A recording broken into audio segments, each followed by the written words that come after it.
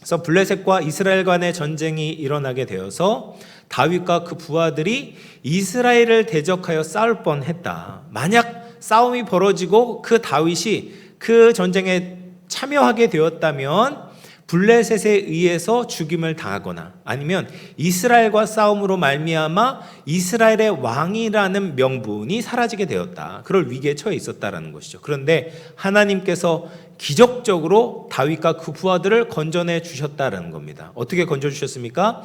블레셋 방백들의 불평으로 반대로 다윗을 건져주셨고, 그들이 또 무엇을 기억했습니까? 10년 전에 있었던 이스라엘 여인들의 그 노래를 기억해서 다윗과 그 부하들을 전쟁에 참여하지 못하게 했던 것이죠.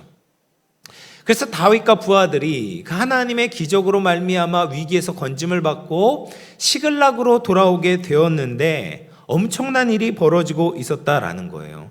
1절과 2절 말씀을 보시면 이렇게 이야기를 합니다. 다윗과 그의 사람들이 사흘 만에 시글락에 이른 때에 아말렉 사람들이 이미 네겝과 시글락을 침노하였는데 그들이 시글락을 쳐서 불사르고 거기에 있는 젊거나 늙은 여인들은 한 사람도 죽이지 아니하고 다 사로잡아 끌고 자기 길을 갔더라라고 말합니다. 그래서 다윗이 참전하려고 했던 아벡에서부터 시글락까지의 거리가 약 80에서 90km 정도가 됩니다. 그래서 이제 사흘 길이 걸리는 거예요. 그래서 다윗이 시글락에서부터 출발해서 아벡까지 갔으니까 사흘 길이 갔죠. 돌아올 때 사흘 길이 걸렸죠. 거기에서 머무는 기간 하루 이틀 친다고 한다면 약 일주일 정도를 이제 시글락성을 비워두고 있었다라는 겁니다. 근데 그 사이에 아말렉 족속이 쳐들어왔다라는 거예요. 그래서 다윗과 부하들이 돌아왔는데 여자와 자녀들은 다 잡혀가게 되고 마을은 폐허로 변해 있었다라는 겁니다. 이것을 확인하게 되었을 때 얼마나 당황스럽고 앞이 캄캄했겠습니까? 이 아말렉 족속이 가장 먼저 등장한 것은 출애굽 시기였습니다.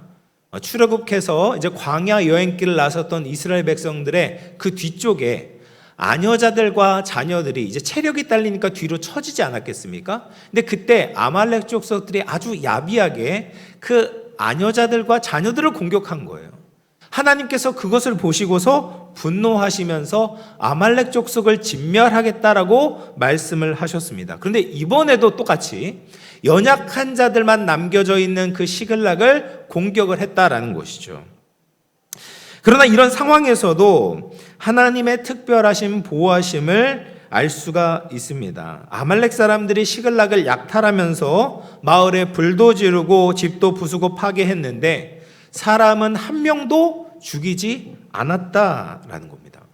그럼 어떻게 이럴 수 있겠습니까? 이게 우연이겠습니까? 사실 그들은 얼마든지 사람을 죽이고 가축만 노력해 갈 수도 있었겠죠.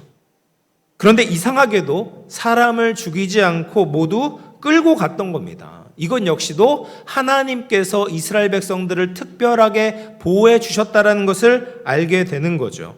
하나님이 아말렉 사람들의 마음 가운데도 역사해 주셔서 그런 결정을 하도록 이끌어 주신 겁니다. 그럼에도 불구하고 지금 다윗의 부하들은 그런 하나님의 섭리를 볼 겨를이 없던 거예요. 눈이 돌아간 겁니다. 집이 불타게 됐고 가족들과 가축들이 하나도 남아있지 않는 것을 보면서 비탄에 빠지게 되었습니다. 우리 30장 3절과 4절 말씀을 같이 한번 읽어보도록 하겠습니다. 시작. 다윗과 그의 사람들이 성읍에 이르러 본즉 성읍이 불탔고 자기들의 아내와 자녀들이 사로잡혔는지라. 다윗과 그와 함께한 백성이 울 기력이 없도록 소리를 높여 울었더라.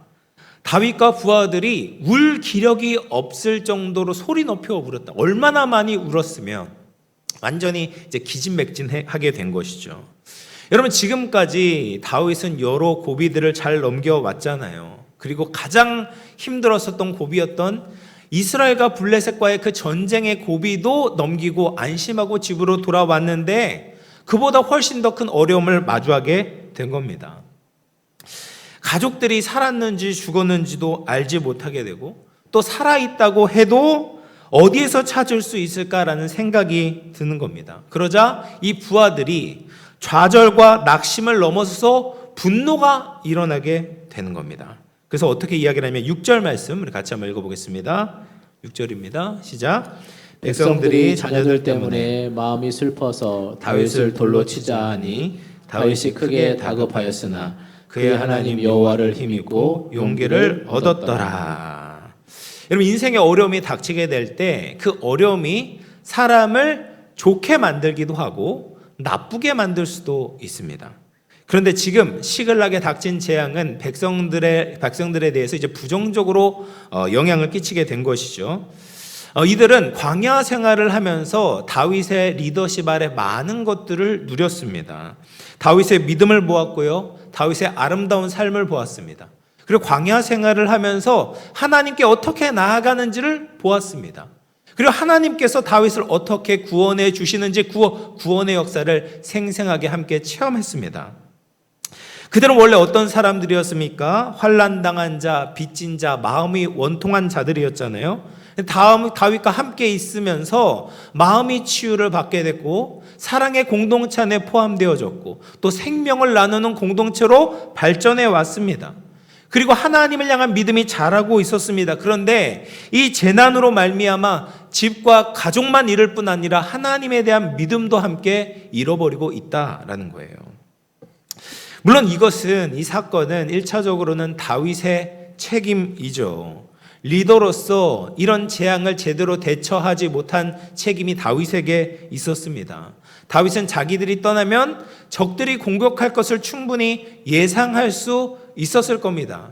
그러나 워낙 사안이 다급했기 때문에 그런 것까지도 이제 대처를 하지 못했었던 것이죠. 근데 부하들도 그런 것들을 충분히 이해할 수 있었을 겁니다. 그런데 슬픔 때문에 이 원망과 이 마음 가운데 있는 이 슬픔의 화살을 누군가에게는 돌려야 되는 거예요. 그래서 지금 자신의 리더였던 다윗에게 비난의 화살을 돌리고 있고 다 같이 다윗을 돌로 쳐 죽이자라고 함성을 치고 있다라는 거예요. 그동안 다윗은 사울이나 블레셋과 같은 외부에서의 어려움을 이겨냈습니다. 그런데 지금은 자기 사람들이, 다윗의 백성들이 자신을 돌로 치려고 하는 내부의 어려움을 마주하게 되었어요. 여러분, 이것은 사실 더 큰 위기입니다. 외부에서의 어려움도 크지만 내부가 분열되면 이거 어떻게 손쓸 방법이 없는 것이죠. 게다가 다윗도 역시 개인적으로 굉장히 슬픈 상황 가운데 있었습니다. 부하들만 가족을 잃어버린 것이 아니라 다윗도 다윗의 두 아내 아히노암과 아비가일이 아말렉 족속에서 붙잡혀가게 되었잖아요. 그러니까 다윗은 개인적으로 굉장히 슬퍼했고 이 백성들로 말미암아 백성들의 신뢰를 잃어버림으로 말미암아 위기를 느끼고 있었다라는 거예요. 그런데 다윗이 이 위기 앞에서 어떻게 반응을 했는가? 6절 하반절 말씀을 보면 이렇게 이야기를 합니다. 그의 하나님 여호와를 힘입고 용기를 얻었더라라고 이야기를 하는 거예요. 다윗이 큰 공경에 빠졌지만 하나님을 더욱 의지했다라는 거예요. 하나님으로 인해서 용기를 얻었다라고 말하고 있습니다. 여러분, 다윗은 사람들이 다윗을 왜 돌로 치자고 하는지 그 이유를 알고 있었어요. 이것은 백성들이 의도적으로 계획적으로 반란을 일으킨 것이 아니었습니다. 가족을 잃은 이 사실 때문에 슬픔에 빠져서 분노가 생겼다라는 것을 다윗은 알고 있었습니다. 그래서 다윗은 그들과 맞서 싸우려고 하지 않았다라는 거예요. 그들에게 대꾸하거나 그들에게 야단을 치거나 그들에게 변명하려고 하지 않는 겁니다. 가장 먼저 다윗이 하려고 하는 것이 무엇입니까? 하나님을 의지하며 하나님께 나아가는 것입니다. 여러분, 우리가 사람들과 문제가 생겼을 때, 사람들이 나를 공격할 때, 사람들이 나를 원망하거나 비난할 때 가장 먼저 무엇을 해야 될지 다윗을 통해 배울 수 있습니다. 그럴 때 우리가 해야 되는 것은 그 사람들과 맞서 싸우는 것이 아닙니다. 가장 먼저 하나님께 나아가는 것이죠. 어려움을 당할 때 사람을 찾는 것이 아니라 하나님을 찾아야 된다는 겁니다. 근데 보통 사람들은 어떻게 합니까? 어떤 문제가 생기면, 특별히 사람들과의 갈등이 생기게 되면 무릎을 꿇고 하나님께 나아가는 것이 아니라 먼저 그 사람과 싸우는 거예요. 언성을 높이는 겁니다. 누가 잘했냐 잘못했냐를 따지고 되는 것이죠. 그러나 여러분, 우리가 다른 사람의 마음을 바꿀 수가 있습니까? 그렇게 싸운다고 상황이 달라집니까? 내가 그 사람을 야단친다고 해서 그 사람의 마음이 바뀝니까? 절대로 변하지 않습니다. 하나님이 그 사람의 마음을 만져주실 때 그 사람이 변화될 수 있는 것이죠. 그리고 또 하나님만이 이 상황을 해결해 주실 수 있음을 믿어야 하는 것입니다. 그래서 하나님과의 관계가 먼저 해결되고 그리고 나서 사람에게 찾아가는 것이 올바른 순서다라는 거예요. 그렇게 다윗이 바른 순서를 가지고 이 상황을 대처하게 됐을 때 하나님께서 특별하게 인도해 주시는 것을 경험하게 되었습니다.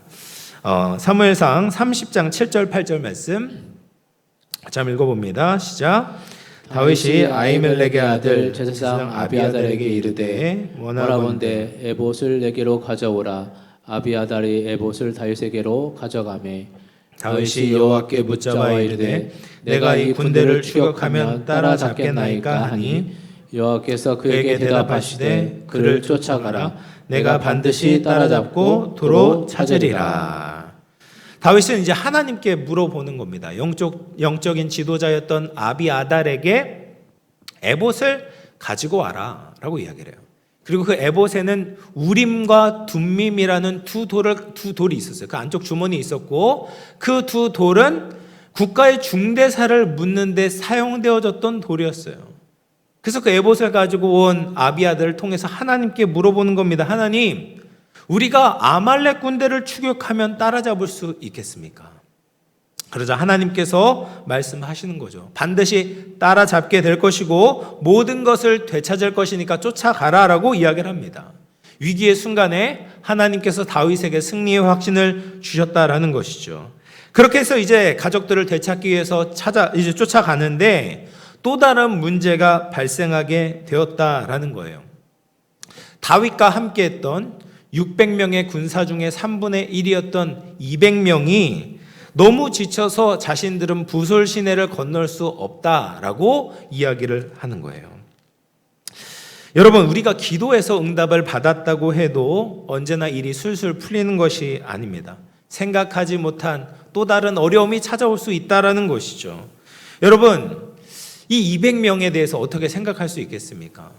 지금 우리가 힘을 모아서 따라가도 시원치 않은 판에 너희들이 왜 우리에게 이렇게 사기를 꺾냐, 초를 치냐라고 야단을 칠 수도 있지 않았겠습니까? 근데 다윗은 그들에게 그렇게 이야기를 하지 않았어요. 그들을 쉬게 하고 건널 수 있는 사람만 데리고 계속해서 나아가는 겁니다. 왜 그렇습니까? 이들을 되찾는 것은 사람의 힘으로 되는 것이 아니다라는 것을 알고 있었던 것이죠. 600명이 가면 이기고 400명이 가면 진다라고 다윗은 생각하지 않았던 겁니다. 하나님이 하시는 일이니까 사람의 수는 상관이 없다라는 거예요.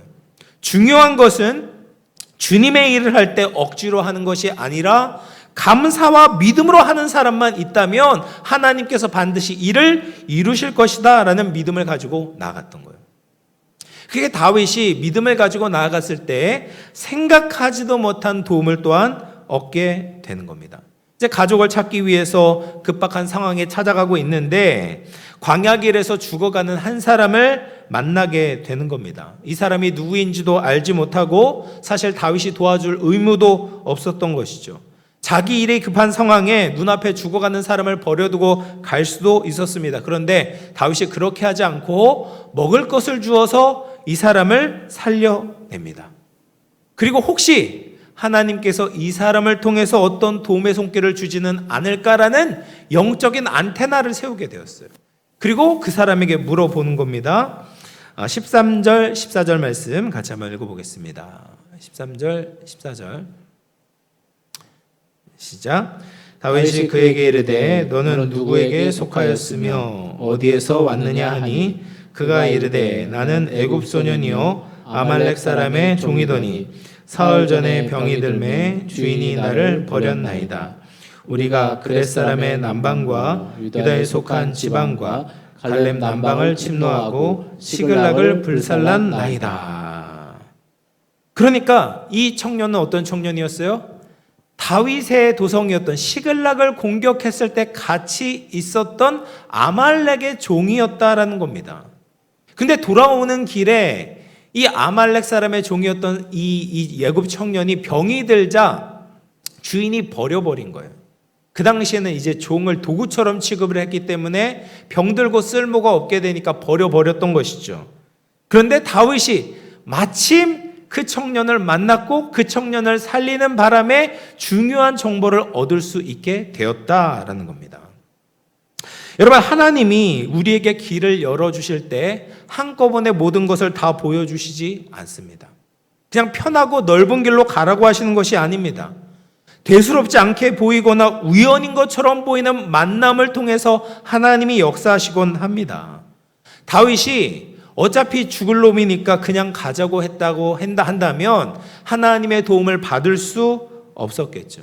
내가 급하고 내가 가야 되니까 생명이 죽든 말든 상관하지 않았다면 하나님의 도움을 얻을 수 없었을 것입니다. 그러나 그때 하나님의 사랑을 가지고 돌보며 섬기게 될 때 놀랍게도 그것이 다윗의 길을 열어주는 하나님의 도움의 손길이 되었다라는 거예요. 여러분, 우리의 인생의 짧은 순간에 어떤 결정을 하느냐가 굉장히 중요합니다.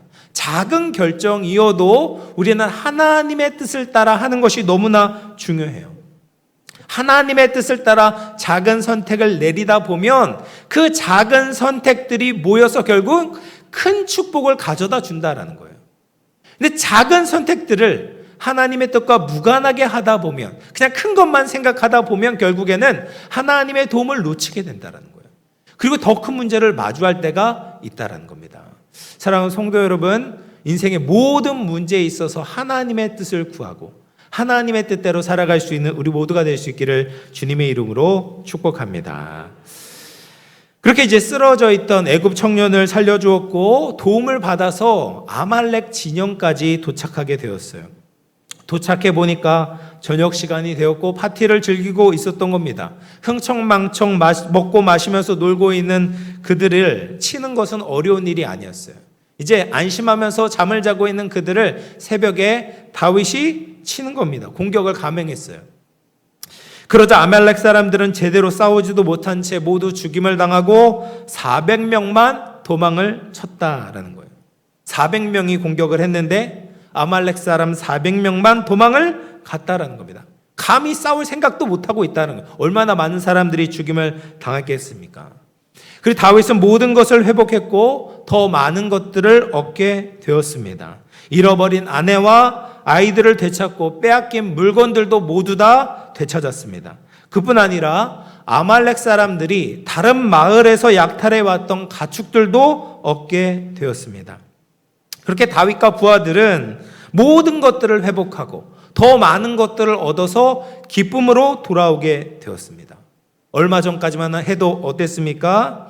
슬픔 가운데 있었고 또 다윗에게 분노를 표출했었던 사람들이, 다윗을 돌로 쳐 죽이자고 했었던 사람들이 이제는 기쁨에 겨워서 다윗에게 공로를 돌리게 되는 겁니다. 마지막 20절 말씀 우리 같이 한번 읽어보겠습니다. 시작. 다윗이 또 양떼와 숫떼를 다 되찾았더니 무리가 그 가축들을 앞에 몰고 가며 이르되 이는 다윗의 전리품이라 하였더라. 아멘. 다윗의 전리품이다. 다윗이 다 해주었다. 우리는 할 수 없었지만 다윗 덕분에 이 모든 것들을 얻게 되었다라고 다윗에게 모든 공을 돌리고 있고 칭찬하고 있는 것이죠. 사랑하는 성도 여러분, 이제 말씀을 마무리하겠습니다. 여러분, 우리가 사는 세상은 전쟁터와 같죠. 우리가 생각하지 못한 때에 공격을 받을 수 있습니다. 아말렉이 쳐들어올 수 있죠. 모든 것을 습격하고 불태우고 가족들도 잡아가는 그런 어려움 가운데 있을 수 있습니다. 여러분, 우리에게 이런 일이 일어나지 않으면 가장 좋겠지만 만약에 그런 일들이 일어나게 된다면 우리가 가장 먼저 해야 되는 것은 하나님께 나아가는 겁니다. 하나님께 기도하는 겁니다. 그러면 하나님께서 반드시 우리의 걸음을 인도해 주십니다. 어려울 때일수록 믿음을 포기하지 않고 믿음의 정신을 잘 차리게 된다면 위기를 이길 수 있는 길을 열어주시는 것이죠. 그리고 작은 선택들을 하나님의 말씀을 의지하며 선택하게 될 때 우리가 상상하지 못한 방법으로 모든 것이 회복되도록 하시는 겁니다. 그러므로 우리가 우리의 삶에 던져야 되는 질문이 무엇입니까? 내가 어떤 문제를 만나고 있는가를 질문하는 것이 아닙니다. 내가 이런 어려운 상황 가운데, 복잡한 상황 가운데 하나님을 의지하고 있는가를 돌아보아야 되는 거예요. 그럼 믿음의 삶을 살아간다면 하나님께서 우리를 구원해 주신다는 겁니다. 사랑하는 성도 여러분, 날마다 우리 모든 인생길에 여호와 하나님을 힘입을 수 있기를 축복합니다. 하나님이 주시는 참된 용기를 가지고 선을 행하며 하나님의 놀라운 인도하심을 받을 수 있는 우리 모든 영암의 가족들 다 될 수 있기를 주님의 이름으로 축원합니다. 우리 말씀을 생각하면서 우리 찬양하고 기도하도록 하겠습니다. 주님 곁으로 날 이끄소서 같이 찬양하도록 하겠습니다.